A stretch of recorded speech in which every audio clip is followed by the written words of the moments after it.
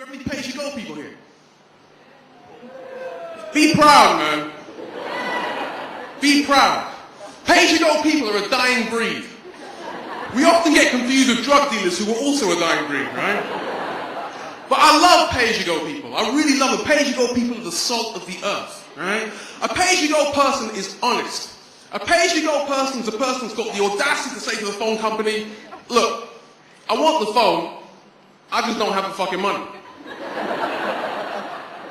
Now we can go through this bullshit charade of going through this direct debit form and going through this contract, right? But come the end of the month where you're rummaging around my accounts looking for your dough, one of us looking for a disappointment, it ain't gonna be me.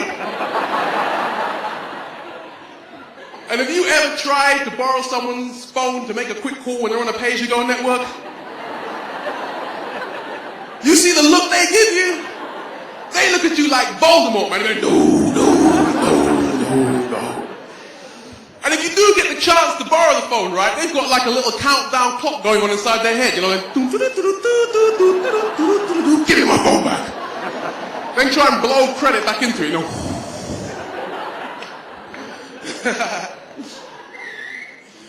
Thanks, Mum. Bit of bass in that whistle, man. Shit, man, you know. Swine flu's hitting us all, man. Okay, the next poem, the last poem I want to finish off with, right, is about a poem. It's about the phenomenon of hoodies. I guess that's another phenomenon of the noughties or 2000s or whatever. And this became really apparent to me because I was in this West End show that was called Into the Hoods, right? And basically it was the first hip-hop show ever to make it to the West End, you know, ever to make it to the West End. And we were all real proud about that shit, man. We all wore our little hooded tops. I came on, I did my poetry. The guys did their dancing. It was like a big deal, man. The only problem was that any time anyone committed any crime wearing a hooded top in London, one of us would be called to account for it. And I found myself on this bullshit panel, right, with this council member who was talking about hooded tops like they were the invention of Beelzebub. Yeah? He was saying, the very nature of design is for concealment. In my opinion, the proliferation of the hooded top is the worst thing to happen to the UK. I was like, damn, bro. I would at least thought the Second World War would be in there somewhere, man, you know? So in order to celebrate just the garment of the hooded top, not the crimes or anything associated, just the garment, right? I figured someone needs to stand up for the noble hoodie. So I wrote this poem which I'd like to share with you, which is called The Good, the Bad, and the Hoodie. To hood or not to hood? That is the question. Whether it is nobler in the mind to suffer the slings and arrows of wearing such an outrageous fashion statement, now that is perplexing. We've got good hoods, bad hoods, from boyhood to manhood, happy hoods, sad hoods, shopping centres, van hoods. Was Robin Hood just some chavvy bloke who was misunderstood? Or should his merry men be handed out asbos for being up to no good?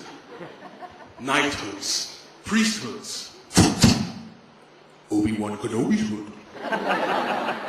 Cotton hoods, forgotten hoods, the likelihood of being searched and stopped in hoods. If a hoodie receives a text in the middle of the forest with no credit to his name, will anyone hear his ringtone? Religious hoods, prestigious hoods, ski holiday, alpine slope, exquisite hoods. It's time to revisit hoods. Your cheap labor lives in hoods. That's why every city, town, and village is built with hoods. Hoodie. The choice of a new generation? Or perhaps it's just another overused fashion statement. By comparison, is it really so bad when we review down the ages and see all the fads that people had in their youth as teenagers? Let's see. Punks walked freely with chains and spikes. Skinheads had steel toe-cap boots that were neatly laced up tight. Bikers sported leather jackets with skulls emblazoned on the back. New romantics had huge shoulder pads like they're braced for an attack. Are you trying to tell me that a hoodie looks more dangerous than that? The fact is the young will always want to rebel against the old. And the old ones don't want to see their young ones spiral out of control. Both are right. Both are wrong. Both are playing a role. But I bet you they both would like a nice warm hoodie whenever the weather turns cold.